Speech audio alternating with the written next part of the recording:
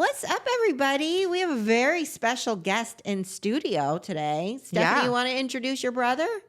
Well, you just did. Okay. My brother is here wearing a t-shirt that I bought him that says world's most okayest brother. That's world's hilarious. okayest brother. That's what it Yes, says. yes. My brother, Michael Wilder. Ooh, Hello. popping his cherry today. I'm very excited. Long time listener, first time arriver. There you go. So we had a guest fall out Yes, we last did. minute. And but I've been wanting my brother to come on the podcast for years. I think I Yes. thought of get his side of the story. Yeah, You know? yeah. It's But always if- good. Of all the stories that I've told about you, get your side. You know, Yeah. defend I'm yourself. ready to defend myself. Yeah. It's time. I brought receipts. But he's Brought always working. receipts. He's a big working man. What do you do, Michael? I work in reality TV. I'm a executive producer of reality television programs. What exactly is a reality TV? It's TV that they don't have to pay for writers. Oh, okay. Yeah, he went there. Yeah. He works on tell her your specialty. My specialty is big families. Nice. So I did Outdaughtered. I don't know if you know Outdaughtered, but it's a family with quintuplet girls. Ooh, that is outdaughtered. Yes. It's not boy. about daughters who are coming out of the closet, which would have been Right. a good title too. And I was on that for like 5 seasons running that. And then the network was like, you've done 6 kids. Because they have an older sister. Let's have you do a show with 14 kids. So I was doubling down with the Doricos, which is, they have twins and triplets and quintuplets and more twins. And Oh my God. yeah. Do they believe in birth control? No, they Right. they love them babies. Yeah. Yeah. Are they trying to have more? Always. Yes. Wow. Yes. But it's not like a Duggars situation. It's not like religious based. No, they're not religious based. Okay. No. They just love having them babies. The dad loves to have, all the kids are named with the letter D because his name's Dion. So all the kids are Dacian and Derek. Derek and Dawson and wow. Danico and yeah. Wow. Danico Dorico. Danico Dorico. That's crazy. Well, at least it's better than George Foreman, who named all of his kids George. True. and it's so funny because my ex would make fun of people that always had the same. He was telling Jimmy Kimmel, you know, those families that always have to have the same letter to correspond, to match or whatever. And Jimmy's like, yeah, you mean like my parents, Joan and Jim, and me, Jimmy, Jonathan, and Jill, like us, talking about us. And I was like, ew, yeah, exactly. But yeah, I've always been jealous of these families that have so many siblings. I always thought that might be fun, you know. It's chaotic though. It's But it is loud. chaotic. Yeah. But it also puts my parenting to shame at times. Because I remember when I was working on Outdaughtered and they had 5 1.5-year-olds and I'd watch bedtime and they'd all go to sleep. And then I think about how my one kid would stall for hours on end. And I was like, well, why can they do 5 and I can't do 1? Right. And the dad was like, because we have no choice, which I get. But at the same time, I just think it'd Yes. be hellacious. Yeah, that does sound hard. How old are they now? Or how old were they when they were, what were their age ranges? For the Doricos or for the For the outdaughtered. Outdaughtered, so they're now, God, they're 1 year younger than my daughter, so they're now 8. Oh, wow. So They're young still. Okay. Yeah. So, but I jumped on the show when they were 1.5. And what do you do on the shows? Like, so you're there with the families? So I'm there with the families, and then I go back to post and run post. So I go back and forth, basically figure out storylines that we're going to tell, and then film that stuff, and then the back end kind of makes sense of all the crap we shout. Yeah. Oh, that's pretty cool. Yeah. That sounds fun.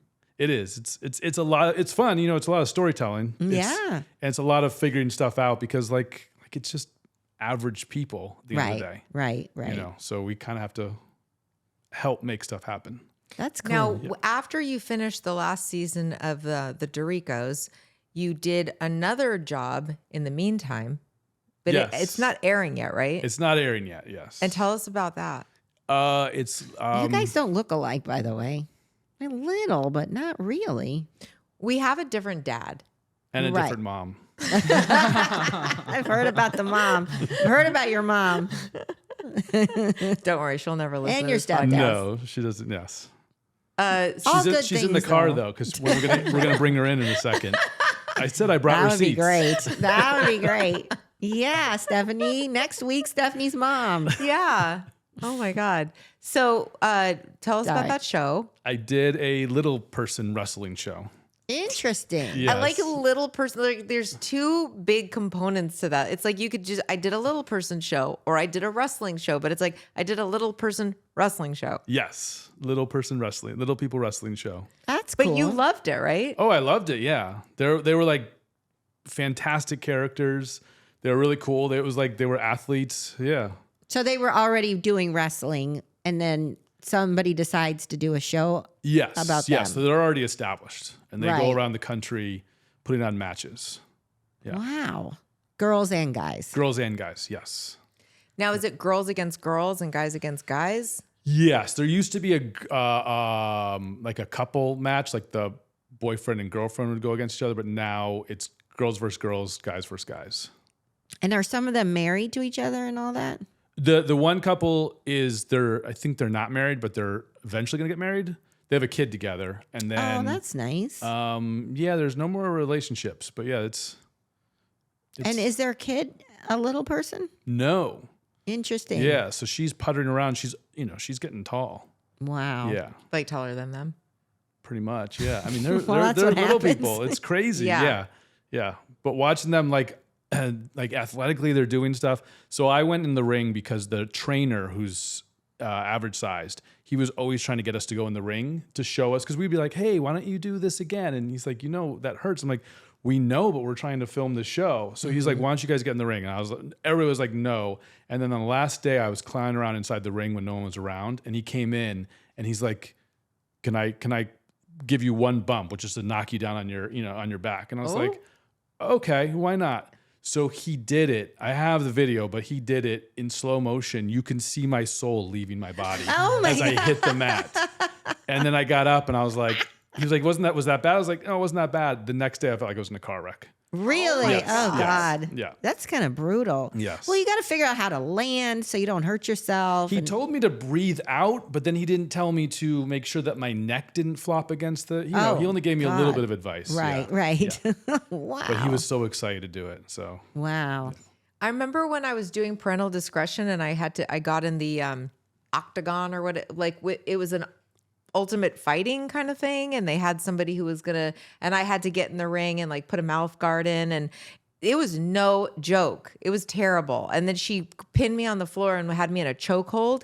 And I thought I was going to die for a second. Yeah. I was like, well, when she doesn't know that I literally couldn't breathe. And I was like, I can't breathe. And then she let me go. But I'm I was like, serious. if you say you can't breathe, you can breathe, though. That's what I I always tell know, my I kids when I'm know. tickling them. They say they can't breathe. I was like, you can breathe. So Right. That's true. until Right. you turn blue, I'm not going to stop. Right. Right. Right. So you have a 13-year-old and a Yes. 9-year-old, and Yes. their names. No, I'm just kidding. Emerson and Beckett. Yes. And They're the cutest names. Yeah. We sort of just, I don't know how we came up with them. We just sort of keyed on them. Beckett I always wanted to do Beckett and then convinced my wife into that. And then at a certain point, she started changing her mind. But then when she started talking to her belly and saying Beckett, I was like, great, we're set there. And then Emerson, we couldn't agree on because I wanted Ava. And then right before she was going to give birth, she was like, what are we naming this baby? And I was like, we'll do Emerson. Wow. I liked Emerson. I like Emerson In defense too. of Raquel, I think she had pitched me the name, and I was like, oh, that's really cute. Yeah. And I think she's like, Michael doesn't like it. And I was like, oh, he'll come around. I liked it. By Yeah. the way, Michael's like one of my favorite male names, and Raquel is my ultimate favorite female name. I love that name, Raquel. I wanted to name Natalia Raquel, but I got. And they Vetoed. call her Rocky. I call think her that's Rocky. cute. Yeah. Or her mom calls her Rick. Yes. For some Rick. reason. Rick. Yeah. I like it. So, my brother and I raised together Yes. because my mom had him, but I was already 7 So, what's the age difference? 7 years. Okay. Got it. Wait, 7 years and 5 days. Yes. So Our that's- birthdays, I'm July 5th. He's July 10th. Oh, Yeah. okay. Those and 5 then days make a difference. the other siblings, though you guys don't talk to. We have one younger. Well, you have a lot of other siblings, but I have one younger sibling, or we have one younger sibling she's 2.5 years younger than me. Yeah. Okay. No, we don't speak to her because when I stopped having a relationship with my mother and stepfather, my brother had already not had a relationship with them for like a year. And it's almost like we all got a divorce. And then like my sister got them in the divorce, right? Yeah, Or I think she got custody, or I yeah. see. Yeah. Yeah, she just sort of globbed over there, or sort of not sided, because there was no siding. I didn't, just once it happened, I just never spoke to her again. So I see. Yeah. And you, Stefanie, just already didn't. No, I mean, once my brother wasn't talking to them, I was very how do I put this? I was having my own major issues that had nothing even to do with his issues, but then I was of course protective. We Right. were all having issues. And then remember, I mean, it doesn't matter. We can tell this part of the story. There was my brother received a letter, certified mail, yeah, 12 or 16 pages. something insane think, amount of yes. pages. I think one Patreon many years ago, I read some of the letter and people complained because it went on too long. I was like, well, it's hard to distill it down to Right, just one right, mean right. sentiment. So I think he already hadn't been talking to him, right? Yes, because I got that letter New Year's Eve of whenever the fallout happened. When the fallout happened with me and my parents, I was kind of like, well, that's it. And I told my wife, I was like, that's it. We're never going to speak again. And she's like, what? How's that possible? I'm like, I just knowing the personalities involved. And then, yeah, the last thing I got, I got that letter, and then I get emails later. But that letter was, it came on that New Year's Eve. And what can you tell us? What, in a nutshell, remind us what the letter was? The letter was basically telling me what a bad son I was, with examples and stuff like that. I don't remember it that well because I only read it once, and then I handed it to Steph, and then she took it and has been, reading it. And We used to have an annual reading to remind ourselves of how insane it was. It was very mean. It was like a character assassination. And something to know about my brother, he's like the kindest. He's a mensch. Yes, Like yes. He has the biggest heart. You can tell. He's a good guy. He's funny and kind and like a nice person, like a genuinely like nice person who cares about people. And this letter was so like, what? Who are you talking about? Right. Like you could, and my brother and I always, like through the years, like I just don't. Here's the thing: my stepfather is a grudge holder. He's litigious. He likes to be in fights with people. That's what gives him like a charge. And my brother and I have talked about this, a few times, but he also had a terrible upbringing. My stepfather, his But father. the letter it's different. came from him. the letter came from him, but I feel like it was ghostwritten by my mom. Well, she definitely helped. She did, because there were some big words in there. Oh God, yeah. Now I remember. Yeah. And it's funny that you're saying that now, because when we were reading the letter, I mean, Steph did a couple. She was like, "Well, that part's true, and that part's true," and he's got a point. That I remember that part. Right. I was like, let's not be hasty to just throw it all away. Like, it's feedback. Could I take it and edit it? Just I want to change a few things. Right. It's constructive feedback. Right. We all have to be open to that sometimes. I remember there was a point where he was mad because he was wearing like a bowler hat. What was that hat for my wedding? He had this crazy hat that he wanted to wear, and my in-laws didn't want him to wear it in the pictures. And everybody was fighting about everything. And I was like, I didn't care if he wore the hat or not, but they asked for some pictures without. Not that my in-laws were ever going to take pictures of him and put them in the album. But so I asked him, could you do a few pictures without? And that was in the letter, because he was like, you should have been honored that me and my hat made it to the wedding. And I never even invited his hat. Like his hat, was a +1 that we never. Right. Yeah. One of those. Yeah. Wow. Well, he took a lot of pride in he has never worn a suit. He called it a monkey suit. Remember? He was like, you wanted me to wear a monkey suit. I don't remember that. And he did not want to he never ever wore a suit in his whole life. He's like what do you call it? Like a down with the man, Establishment. anti-establishment guy, you know? Rage Against the Machine. Yes. Yeah, And, but not cool. Right. Right. and that included, he didn't want to have jobs or people ever telling him what to do. But his big thing was like, but we needed to respect him. There was a lot of like, that's you have to respect weird. me, and what That's I a say personality goes. disorder. Oh, you Yeah. think? Yeah. Yeah. What a match those two seem like. Your mom and your stepdad. Yeah. It's a. But then the other weird thing is that you got a beautiful pictures in the mail. Yes. So I wanted to know what you thought about that, Michael. I Oh, remember that- when Stefanie told us about this. Yeah. Yeah. Well, Tell us what you got. what I got. So in the mail, I walked out of my house and there was a package for my dad. Now I haven't heard from my dad in 5 years, or no longer, right? 5 10 years, like 10 years. 16. I've lost track. 'Cause No, my- it's been like 16 years because I haven't talked to them Yes, since it's been Elby a was long time. 2 and she's turning 19. Yeah, so I hadn't heard from him except in an email. I heard an email from him in 2006 or something. So that's my last contact with him. And then there was this package from him, and I was like, "Oh no! Well, I mean, like, am I being sued? Or am I like?" I honestly was concerned, so I just left it there for. I had to take my daughter to ninja class. I was like, I do not want to open this and then have to go. And so when I got home, I opened it up, and it was sheets and sheets. My dad's a fantastic photographer. And it was all these pictures of me as a baby and a toddler.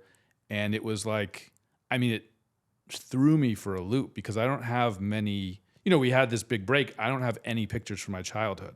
Or like I have one or two. There's one picture of me and Steph when we're young, and it looks like Elby and my son Beckett at their age. Like it looked exactly like that. But there's only a couple of pictures I have. So suddenly I had like a flashback to that time, and it threw me, like, because I was like, why is he sending this to me, and what's going on? The note was kind of perfunctory. Is that a word you could use? Like, just basically matter of fact. But yeah, I just didn't know if it was trying to make amends. It was very strange. But then, it was kind of nice to have those pictures. Of course. So he got all those pictures, and he had sent me a picture of like, hey, there's this package outside, and I was weirded out too. I'm like, what's happening? I remember the story. And then I got it, and then I think I saw somebody, whatever it was. I was like, oh shit, I have it too. I opened mine first, so I didn't want to tell him what it was. I was like, I bet you it's the same thing, but I was Right. like, hey, it's not bad. And then it was. And then my brother and I have been trying to figure out, like, we were like, is he dying? Yeah, like weird thing Because he to wasn't do. trying to make up with us. No, because I wrote him back. I mean, it took me a while, but I finally wrote him back. I obviously never heard from him, but I wrote him back and just thanked him. And I opened the door because, like, look, I was never going to open the door because I know my sister and I think we dealt with the issues, I think, in the house differently. There was the fight or flight. I feel like you fought more than I fought. Once the stuff started happening to me, I was like, fuck it, I'm out of here. Like I would just my high school years, I just sort of disappeared and wanted to, but I took care of myself. So even when we had the falling out, I know you kept kind of going, but it's this relationship I want to have with mom. That's why I knew when we had the falling out, I was like, that's it. Because my instinct is to be like, I'm out of here. And I'd already tried enough. So to get those pictures, I was like, is he dying? Like is he trying to make amends? Is he just trying to open the door? But so I sent that letter saying, I'll leave the door open as well. If you ever want to contact me, like, Oh, you did? Yeah, because And he never did. he never did, but I didn't think he would. But I was like, you know what? Like, I wanted to say thank you. I don't know if there's, I basically said, I don't know if there's anything else to say or if there's, but if you want to reach out, you have my number, so you can call me. And nothing. And you put No. your number in there? No, because that would be, then he would really have my number. I was just saying it. Did you put your number? No, I don't think so. I don't know. He has my number. They have my number.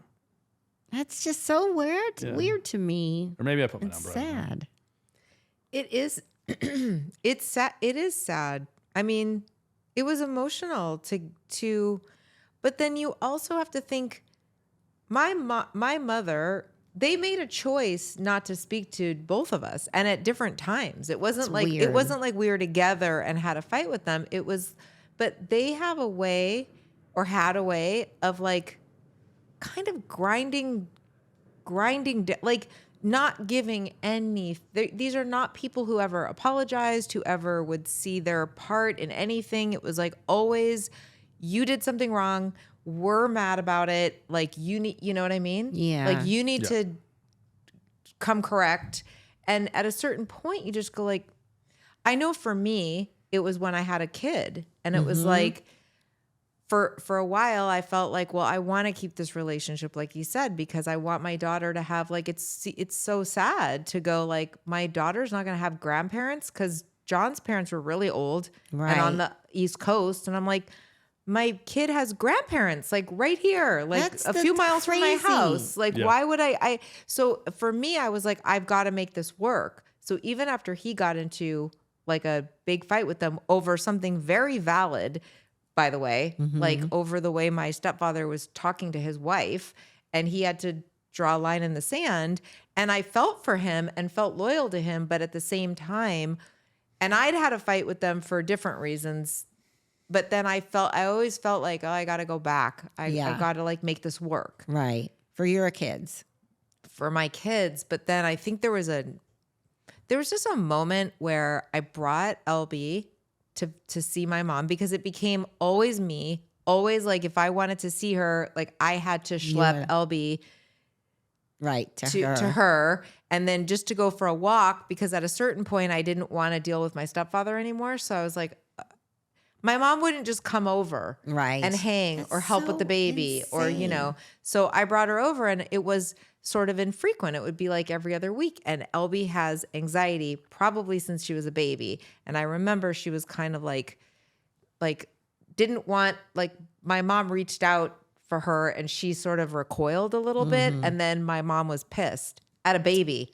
Like, oh, well, I guess she's in a bad mood. And it was like, no, she's not in a bad mood. She doesn't know you. Right. Like, I didn't say that, but I was like, what? And then I was like, why am I being put in a position? And then she kind of acted like LB was sort of a nuisance that LB was there, because she wanted to be telling me about something. And I remember having this moment where I was like, she's got hardly any toys in the house. Right. Like you hear about grandmas that are like, oh my God, I can't wait to be a grandma. And I'm like, well, my mom was not a great mom, but like she has a do-over. Like she could be a great, maybe she'll be one of those people that's like, I love having a granddaughter. I'm going to be different, you know? Right. But it was like. But does she know she has to be different? I think that's one of the bigger issues, right? Like, does she think she needs a do-over? Because she doesn't think she was wrong. Exactly. That's bad. Exactly. Yeah. So I remember she had like a set of blocks that were kind of too old for LB, especially when she was younger. Right, but those were for my dad. Yeah. So I just remember her being kind of annoyed at that LB was even there. And it was almost like she was kind of like does she have to be like, she would be like, that's cute, but like now we're done with that. And I want to like tell you about like some work story. And I remember thinking, what am I doing? Yeah. You know? It's just so weird to me that she lives out here, right? In Los Angeles. So she lives out here. She's got grandchildren from her daughter and her son, and yet is just like, they don't exist. Yeah. It's just bizarre to me. Like, I don't know how I understand being a terrible parent. I kind of understand that. But when yes, like you said, it's like now's your chance for redemption. You live in LA, you got grandchildren. I mean, go see them or something, but nothing, which is weird. My dad's letter even said, I thought you might want some pictures of you as a kid to share with your kids. So they know. Right. Because they never even, like, my falling out was before I had kids. So they don't even they've never met my kids Or acknowledged that he has kids acknowledged before that. or anything like that. Yeah. So Oh my God. yeah. That's but they know. Yeah. Wow. And they've never met They've never met never the met twins? the twins. And they haven't seen Elby since she was 2. So Elby's the only grandchildren out of all you guys. What about the other siblings? She has a son. We don't know if they're close or not. I mean, I don't know. So they might not be close either. She might not be a. I think that they aren't they? I have no idea. Our sister is not on social media. Oh, she's not on Facebook. That sucks. Nope. Especially for you.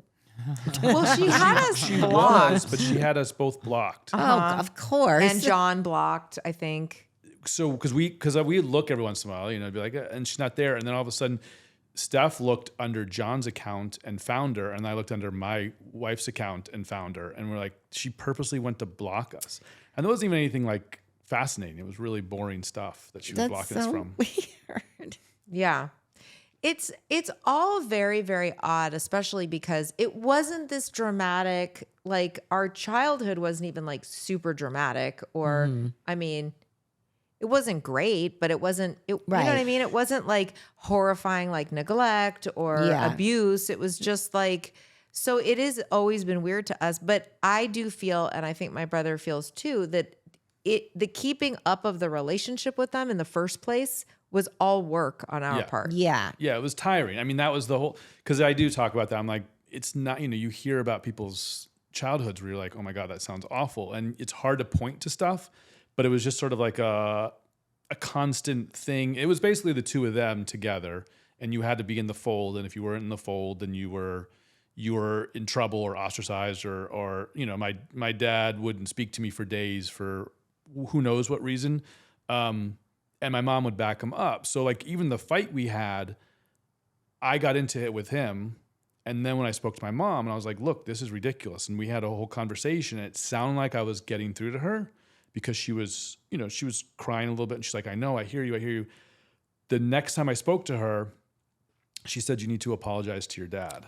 And I was like, for what? And she was like, because you were rude to him and this and that. And I'm like, well, that's not going to happen. And so that's when I knew like they had gone off and been like, but I was like, oh my gosh, this is what we've been doing our whole lives, is kind of getting back in the fold. And I was like, I don't want to get back in the fold. I'm good. I'm done. Mm-hmm. So I was out, and that's why I just knew at the time. And then like I said, my dad sent me an email telling me that I was whatever. And then I guess that he was worried I wasn't reading my email. So he sent me the horrible. letter. It was, you're never going to, if you have kids, which I doubt or something, like it was basically saying that he'll probably never have kids because he's not, it's like. That's the only reason I had kids was to prove him wrong. Like I was like, in your face, Dad. Well, I told you that my mom said to me when I was talking about whether I would have another kid, and she was like, I think you're probably somebody who should only have one kid. Oh, yeah, I remember. Yeah, what the hell?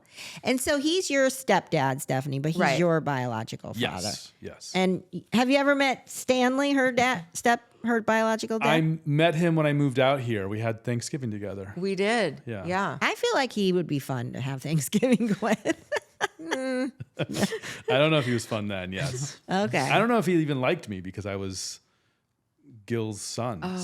So my mother, I mean, I've probably been open about this, but so my mother was married to my father for a while. Like she met him young, and then they were married until they had me. When she'd already been with him like 4 years, maybe. She had me at 23 and she married him at 19. Yeah. So 4 years. And then 4 years later, they got divorced. So she was with him for like 8 years.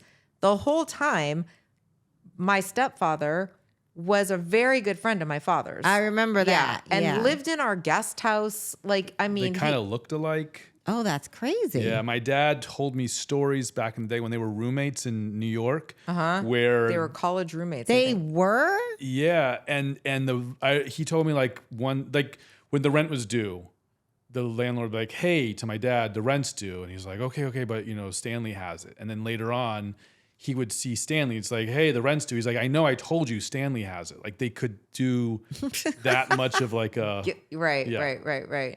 Wow. Oh my God. So my mom has a type. Yes. So So when she divorced my father, I mean, I don't know, but he was in 6 months later. She was living with Right. my stepfather. I got it. And then Okay. a couple years after that, they had my brother. And then 7 years. 2 years later, they had my sister. I mean, they're still together. Like that, it obviously worked out. Yeah. That's crazy.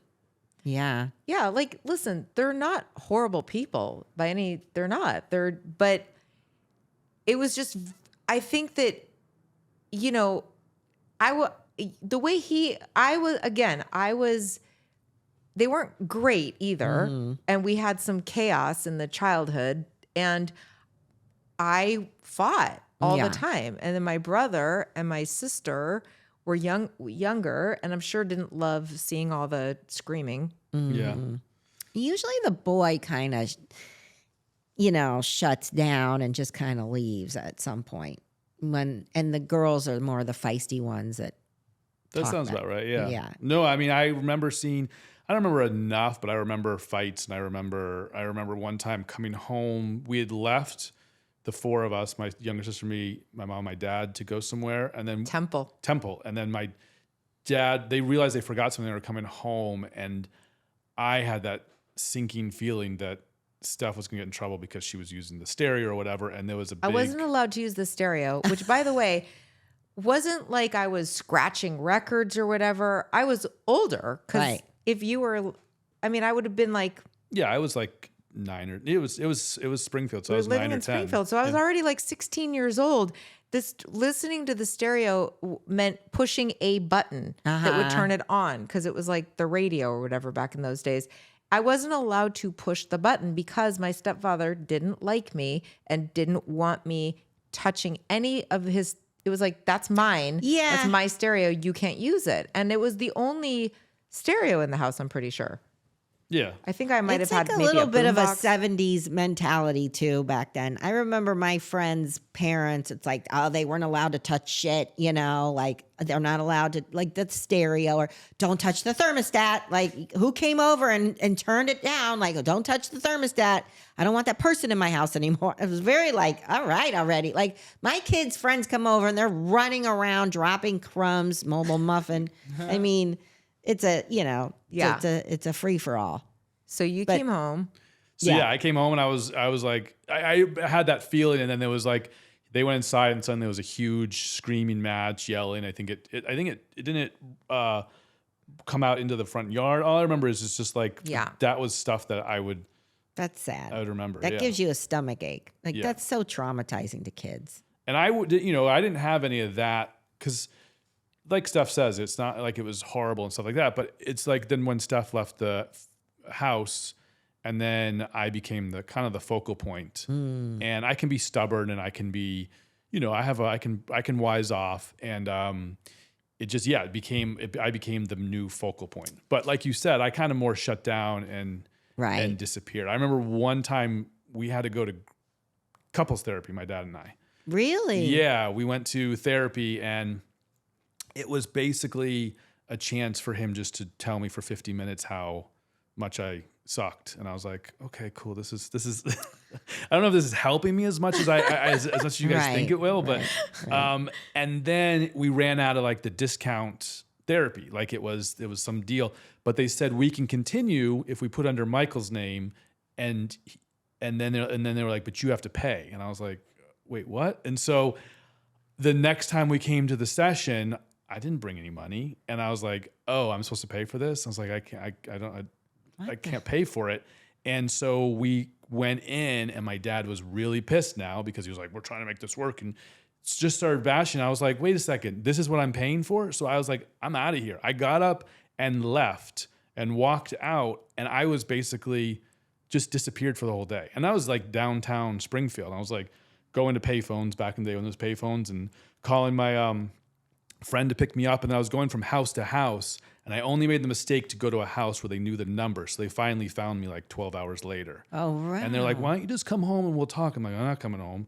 And so when I came home, I got grounded, and I was like, "Shit, I shouldn't have come home." But yeah, my whole thing was Didn't like, he I just charge disappeared. across the room at one point at you in therapy? I think he did that to me. Not in therapy. No, He charged you in therapy? Yeah, I was forced in there when I was 16 when we did like a family therapy session, and he had very serious anger issues. Very serious Sounds anger like it. issues. I mean, very yelling and angry and red in the face and vein popping out, and I was really So scared do you of him. think the younger sibling got that from him? I don't know, but when I was Because you don't. Michael, you seem very mellow. Like, I don't think he's you. really mellow. Yeah. Yeah, I'm raging right now though. Right now. 'Cause you said something earlier that I'm really pissed about. But Yeah. Okay. we can talk later. All right. We'll go For to my therapy. lawyer. Yeah. When I was in therapy for myself, like at like 16, I remember the therapist saying, and I was always like, I don't understand. Like my whole family hates me. Like they don't like me. My stepfather hates me, and I'm to blame for all these things. And the therapist was like, you're what they call the identified problem. Like when there's any problems in the family, because I was like, everybody seems perfect and they all get along perfect except for me. And then she explained to me this thing called the identified problem, where whatever issues, because I was like, my parents, my mother and stepfather never fight, never. And she was like, that's because whatever tensions arise, they think they blame you for. And she said, mark my words, when you leave the house, somebody else, it has to go somewhere. But I didn't even believe it. And it wasn't until years later that my brother told me about like some of the fights that he would have. Because from my estimation, from what I observed, he was never in trouble. My sister was never in trouble. Like it was only me. They were Right. constantly mad at me. If I came home 1 minute late, I was grounded. Like the focus was on me. So I was not happy, but I remember being like, wait, what? Like he's yeah. like, oh, we had like almost physically challenged each other. Yeah. I mean, to be fair, when that time was going on, I was perfect. So I get why you would see me and go, he's perfect. But then I think I became too perfect. And my dad, it just annoyed Right. him. Yeah. Right. Yeah, but did it happen right away after I left, or did I think take it a while? happened. I mean, honestly, I think it's part of it with him and I don't know, it's just that I was growing up. You grow up and you start to become rebellious and you're not the little boy anymore. And I think he just did not like, you hit a certain age and you sort of like talk back or you sort of stand up for yourself. And, there was that time when I was like, he had a dark room. So the basement. The basement was my area. That's where I watched TV. That's where I hung out. My friends would come to the window and knock on the window to be like, come on out. Let's get out of here. So I was never up in the main area. I was in the basement or in my room, but he had his dark room back there. And that was back with the box where you had to like press the buttons for the, cable. And he had it like tethered into his dark room. So he was watching some baseball game. I came down, it's my room. I was like, I'm just going to check things. So I went to go check for something else that was on, but you had to go like toggle A, B. It was just a whole, it was a whole mess. But so You he had to, like, came MacGyver that shit. bursting out, and he was like, why isn't the baseball game on? I'm like, it's a commercial. He's like, I'm watching it. I was like, it's a commercial, dude. Like, I'm just checking to see something else on. He got all mad. He told me to get out of here. I'm like, I don't have to get out of here. And that became like that whole, he was like, get out of here. So I was on the stairs saying, I'm not getting out of here. And that's when he was like physically trying to get me up the stairs. And then we got into a big altercation in the kitchen where mom had to break us up. And I was like, yeah, like that. And that was like, Jesus, I'm not, next time I guess I'll get out of there. Wow. So sad. You guys came out so like totally normal. Well, one thing that was very And great helpful parents. was having each other. Yeah. And I left when he was pretty young. You were 11. Did you have guilt leaving him? No, she's out of there. It wasn't kidding. that I didn't have it. I felt bad. I remember my sister, who was 9 at the time, writing me this note and saying how much she was going to miss me. I mean, I didn't realize that they were actually sad. I didn't feel wanted. Right, Honest right, to right. God, I felt like everybody's going to be happy. I mean, my mom couldn't wait to get me the fuck out. She was charging me rent at the time, and she was like, "You cannot stay here." So when I moved, I mean, Gil was probably not speaking to me at the time at all. He hardly ever was speaking to me. So I was like, everybody's going to be happy that I'm gone. And obviously I didn't have like a close relationship with my brother at that time. He was a young kid. Right. But then I would come back home like yearly for Thanksgiving or whatever. And he and I would talk. And as time went on, I was like, we have like the same sense of humor. And then we just started getting closer like every year. And I remember when he graduated college, I guess I came home for. I remember that we really talked then. And I was like, and then we started like more keeping in touch. You left me a letter because I was at summer camp when you left. So I came home, like I was gone for the month, and I came home and I remember there was a letter from you, and it meant a lot to me. Oh, I was so nice. that's so cute. I've been hard on myself all these years. I needed the envelope. That's why I was, because you hadn't sealed it. I was like, that means a lot. She's let me recycle the envelope. Yeah, I think though that looking back, once my brother and I got closer, and then we moved across the country. I was already living in LA, and then he moved across the country, and then that's been very healing, to have a close relationship with him. And we've been through a lot together, and like had kids, and he, helped me so much with my kids. And like when Elby was in the hospital when she was a little baby, and like he was always the one I called. And then now he and his wife, that's like my first call when there was, right.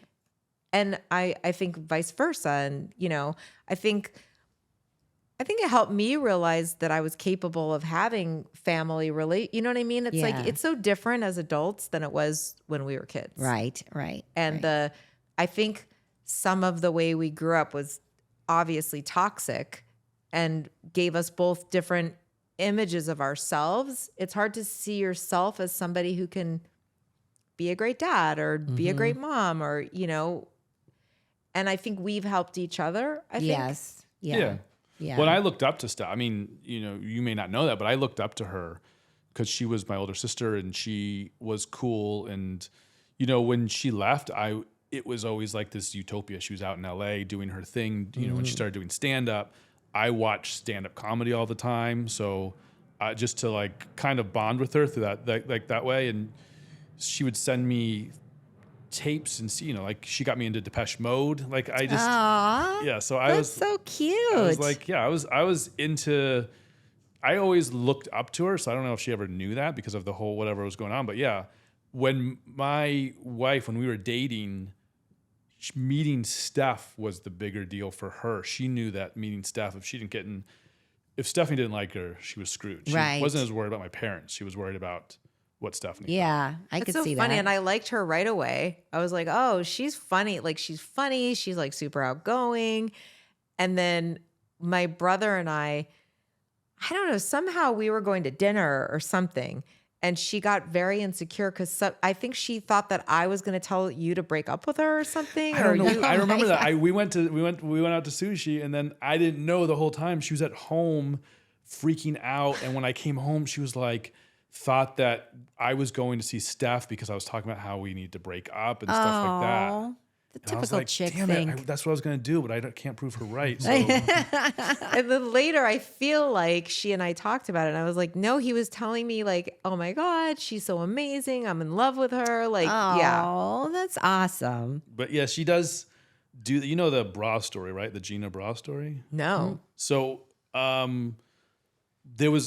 Gina's her best friend. I'm sure she likes to tell the story all the time, so it's fine. Gina is her best friend, her maid of honor. And, all of us would hang out, watch football. And it was 20 years ago for the Super Bowl. We're watching the Super Bowl, but no one could really watch that year.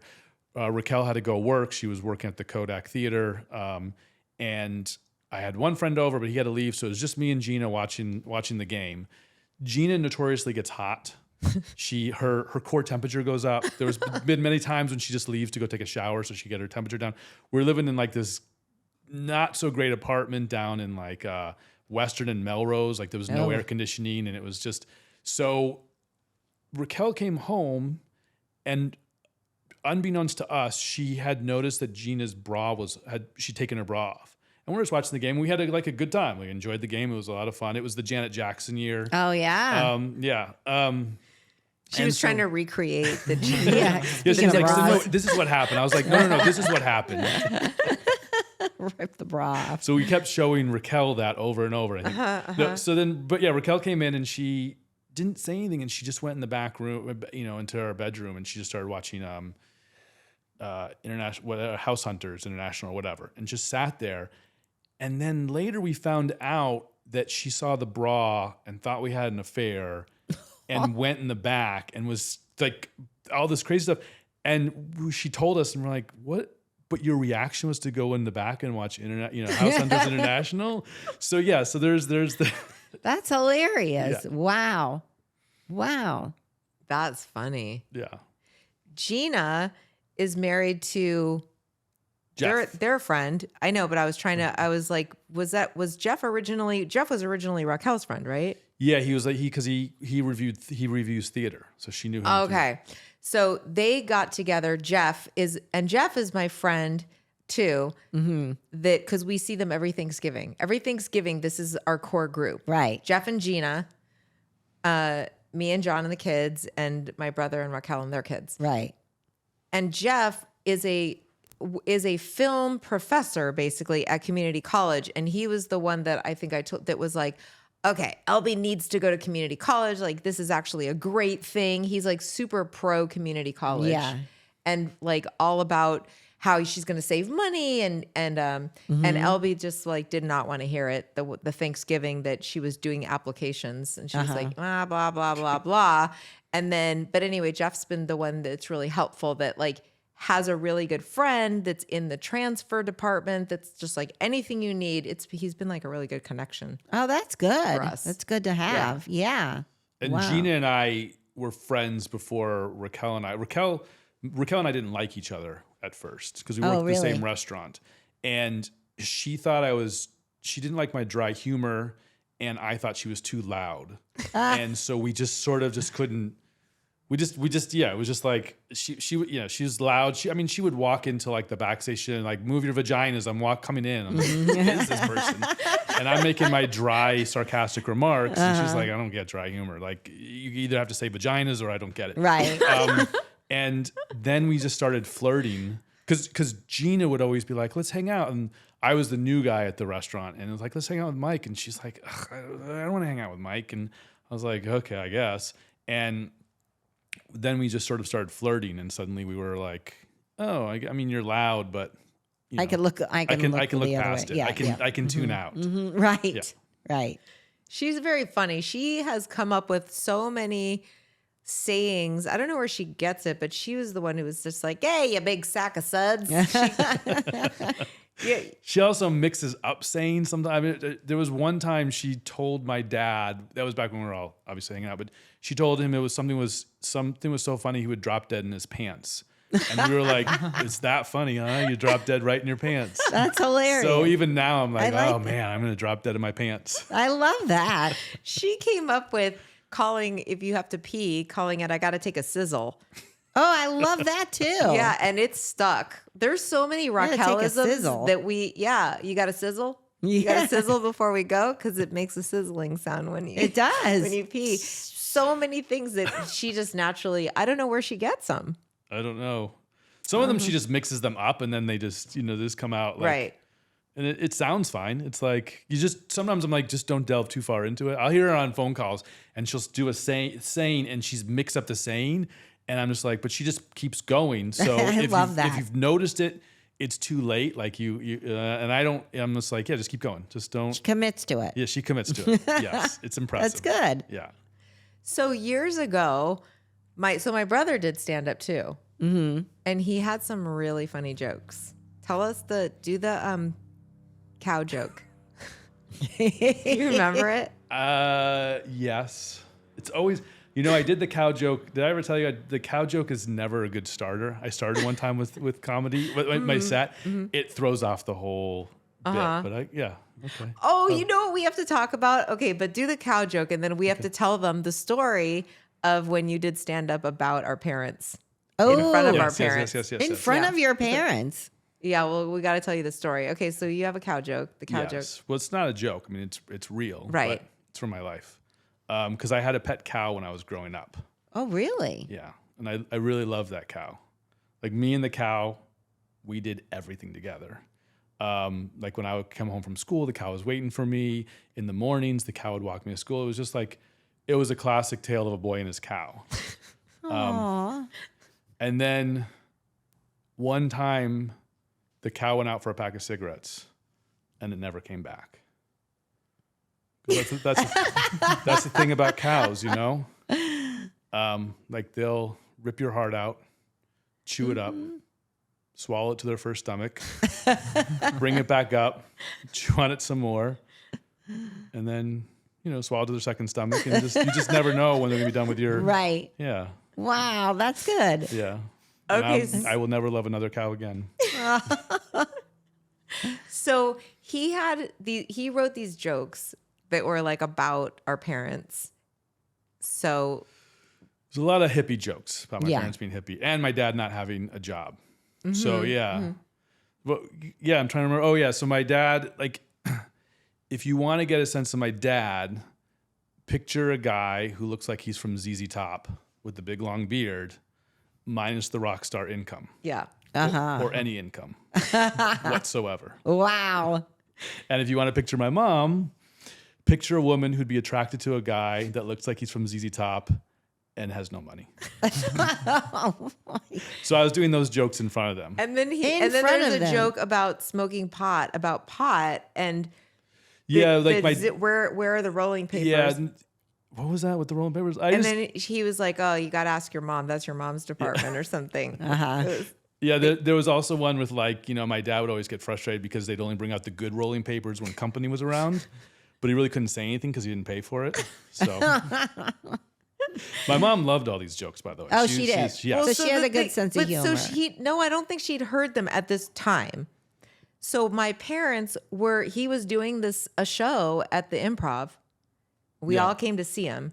And I was like, are you going to do those jokes? Because that was like a main part of Mainstay. It was Yeah, like I had to do them. Yeah. Yeah, and he was I like, got nothing else. Right. and it was the most tense. I was like, what bet. is going to happen? Like, these are like some intense jokes about like my dad has no money, like doesn't have a job.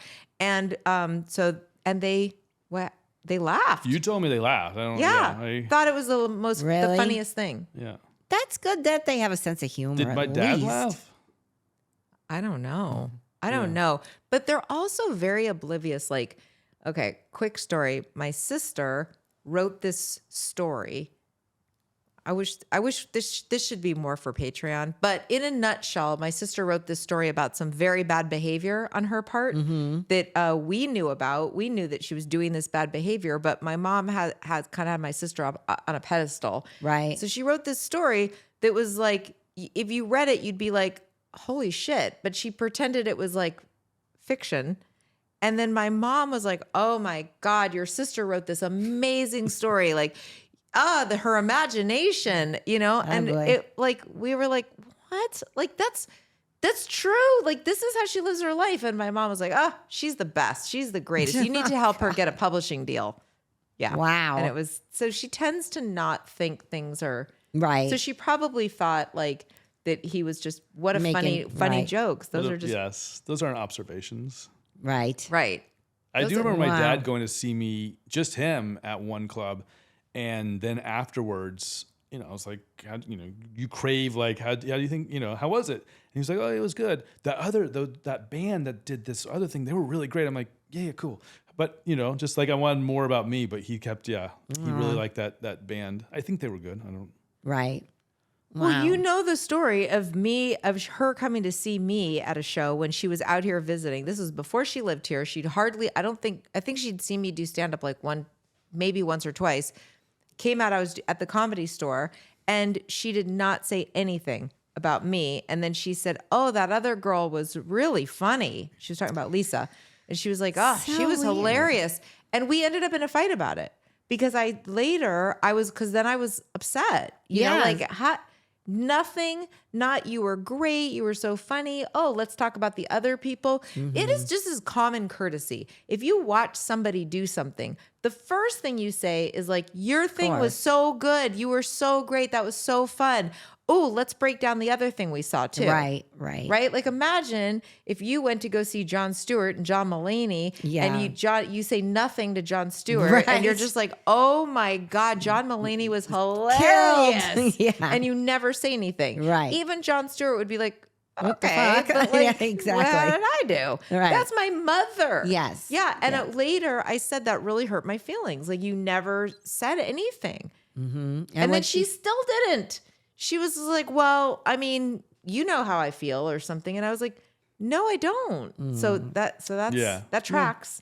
Does track. Well, they saw me in a play in college, and I guess my mom told me later, because he didn't say anything to me, but he was going on and on about me, like felt like I was like De Niro-esque in whatever I was doing. Wow. But not to you. Not to me, no. See, isn't that interesting? Like, they'll talk to other people about, but they have too much pride or something. Yeah, my mom not say anything to you personally. Yeah, my mom was always big on talking about us because then it becomes an extension of her pride thing. Like I remember when they were in Japan and she would always talk about her children and what they were up to, but it wasn't like to us, but you got that, you knew that it was because then it focused back on her, right? The light on her. That's interesting. Yeah. But you know what? To bring this full circle, my brother has done a lot of things. Mm-hmm. He used to do like some ghostwriting. You've written proposals for people when I was writing books. And then he got into TV and he's like very successful. I love that. Yeah. He never let anything like hold him back. Yeah. Both of you. And he's a loving husband and he's a great dad. Oh my God. He's like the best dad. Aww. His kids are super like dad focused. Yes. You know that. They're Raquel was out of town this weekend and Beckett was like, I'm going to be sleeping in your bed. I'm like, well, you can sleep in your bed and then come. He's like, nope, I'm just going to sleep in your bed. And then Emerson was like, I'm going to sleep in your bed. I'm like, no, if you wake up and you need me, then you can call me. And on Saturday or Sunday morning, I looked over and they were both like cuddled up in bed, all this stuff. Yeah. Oh, that's so cute. Oh, They love him some Michael. well, it's amazing and interesting that you two both turned out to be great parents. Aw. In the You don't have to say considering. that. Well, no, it's true though. You guys are great parents, and look what your example. You didn't have a great example, obviously. Well, look at you. You're a great parent and you didn't have like the best example. I mean, I your had a good dad. Yeah, Yeah. my dad and I were close. Yeah. But well, is there? How do we? Do you want people to follow you on Instagram? Do you have a TikTok channel? I don't. I've been trying to start a TikTok channel, but I do not. Okay. I have my Peliclown TikTok that I haven't gotten off the ground. But then Instagram, I have my mustache videos. Okay. Well, what's your Instagram handle? I have no idea. Oh boy. All right. It's I'll Michael post Wilder it on. 69 but I don't know why it's 69. It wasn't sexual. I just think I was doing it fast. Right. Yeah. I Right. think. Not that you should do that fast. Right. This is getting bad. But yeah. I'll let him in the Facebook group. and Okay, there you he go. can interact. There are some mustache and me videos, which are. Yes. They're Okay, very funny. And that's he's a good. huge Taylor Swift. He's a Swiftie. Oh, you're a Swiftie. Oh, I'm a huge Swiftie. Yes. Oh, that's so Yes. cute. And he loves Jewel. Yes. I love Jewel too. Do you? Oh yeah. Oh yeah. I've been to She's great. 3 of her concerts. Really? Hollywood Bowl. I just saw her in Irvine, and then I saw her in '96. I was working in New York, and on the radio, they were talking about how she was playing at the Beacon Theater. So I told the busboy to watch the restaurant because there was no one in there, and I walked all the way to the Beacon Theater and bought tickets to go see her. Wow. Oh, that's so nice. Yeah. And then I became a big Swiftie. That's great. Yeah. Where's your bracelets? I have T-shirts, no bracelets, Okay, and then okay. there's a big picture in my. You've seen the picture in the garage, right? Yes. I Yeah. have seen Of it. Taylor? Swift. It's a 3-panel picture. Someone found it and they brought it to me as a gift. And Raquel was like, "Great, that's going to go in the trash." And I was like, "No, that's going to go in our house. Like I could see it in the kitchen." So we've compromised on the garage, but yeah, it's a. That's so cool. Oh, thank you, Michael. Thanks Thank for you. Thanks coming. for driving all the way Yeah. down here. Yeah, we really appreciate it. No, Yeah. I'm glad to be here. Thank you. Yes. All So, right. okay. You're a parent, everybody. Don't F it up.